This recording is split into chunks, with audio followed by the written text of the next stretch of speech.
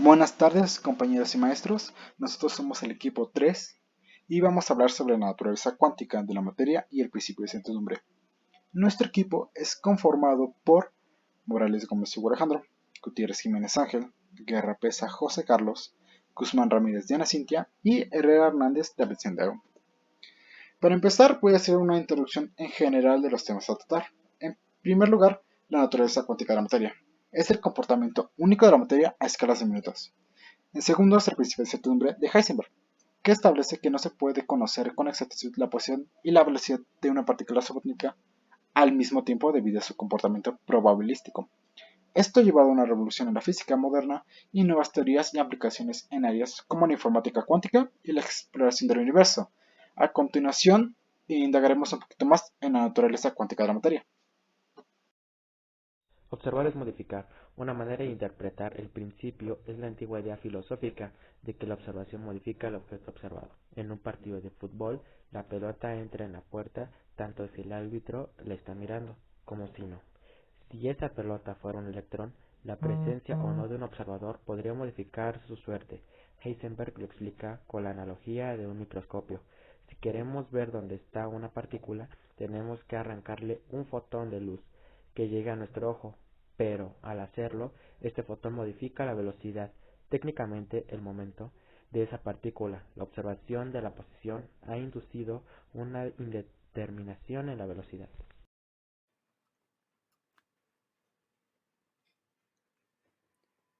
Buenos días, buenas tardes, buenas noches. El día de hoy les voy a hablar acerca del principio de incertidumbre de Heisenberg.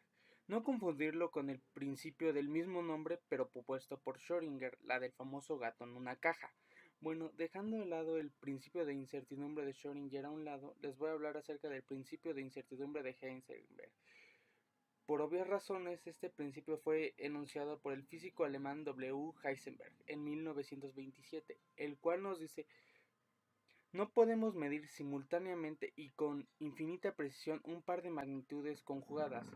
Es decir, nada impide que midamos con precisión infinita las posiciones de las partículas, pero al hacerlo tendremos infinita incertidumbre sobre su momento, y su fórmula es...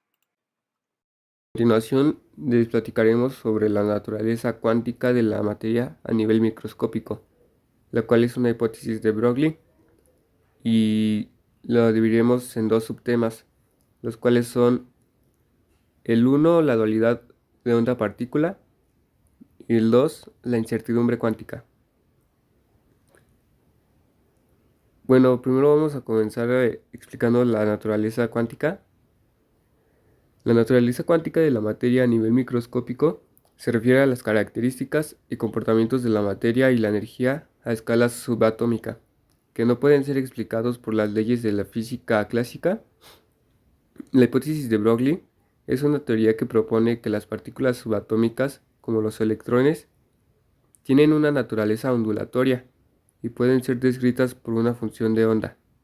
Esta teoría ha sido fundamental para el desarrollo de la física cuántica, y esta ha llevado a una comprensión más profunda de la naturaleza de la materia y la energía a nivel subatómico.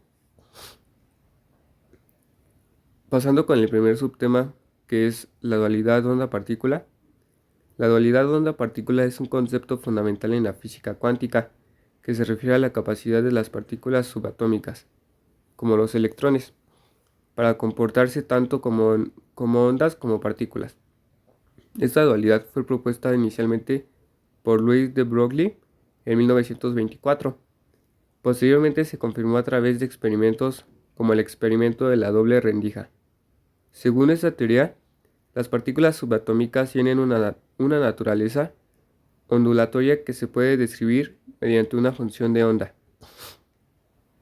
lo que significa que pueden presentar fenómenos como interferencia y difracción, que las cuales son características de las ondas. Por otro lado, también tienen una naturaleza corpuscular, lo que significa que se comportan como partículas con una posición y velocidad definidas. Bueno, la dualidad onda-partícula tiene implicaciones profundas en la comprensión de la naturaleza de la materia y la luz. y ha llevado a una serie de teorías y experimentos en la física cuántica. Por ejemplo, la dualidad onda-partícula está relacionada con el principio de incertidumbre de Heisenberg, que establece que es imposible determinar con precisión simultáneamente la posición y la velocidad de una partícula subatómica. También está relacionada con la teoría de la mecánica cuántica, que describe el comportamiento de la materia y la luz a nivel subatómico. En resumen, la dualidad onda-partícula es un concepto fundamental en la física cuántica que describe la capacidad de las partículas subatómicas para comportarse tanto como ondas como partículas.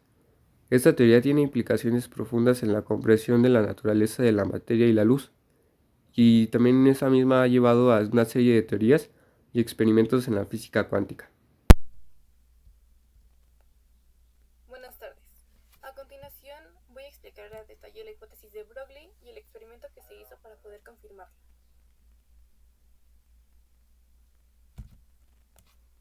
Basándose en la extraña naturaleza dual de la luz evidenciada por la radiación del cuerpo negro y del efecto fotoeléctrico, Louis de Broglie propuso en 1924 que la materia también debería poseer propiedades tanto ondulatorias como corpusculares, es decir, que Louis de Broglie propuso una nueva hipótesis especulativa según la cual los electrones y otras partículas de materia pueden comportarse como ondas. Hoy en día, esta idea se conoce como la hipótesis de Broglie sobre las ondas de la materia.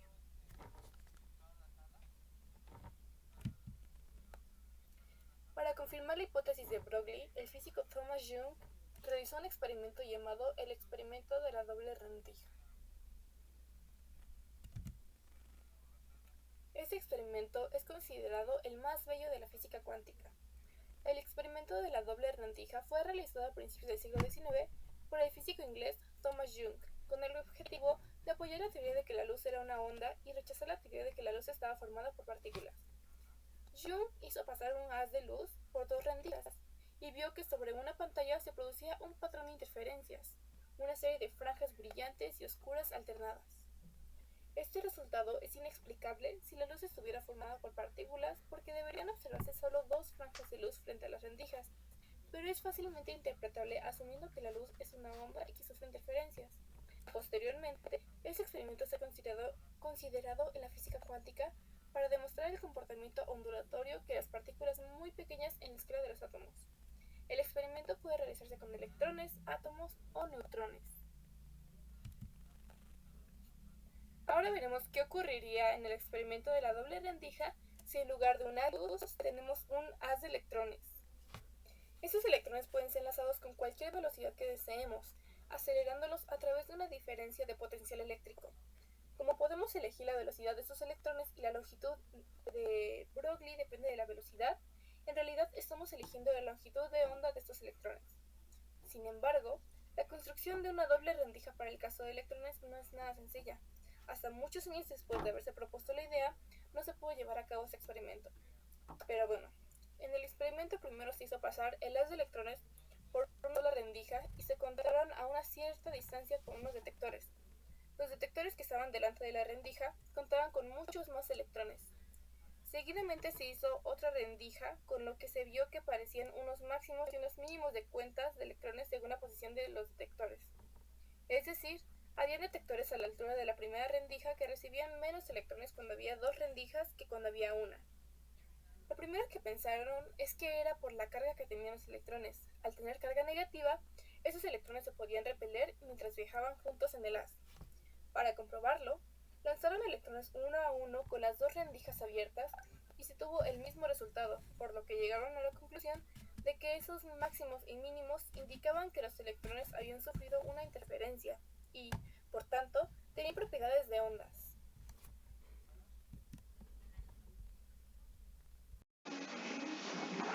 Bueno, en conclusión se puede decir que la naturaleza cuántica de la materia implica que las partículas subatómicas no se comportan como objetos clásicos, sino que pueden existir en múltiples estados simultáneamente y solo se definen por la probabilidad de su ubicación y otras propiedades.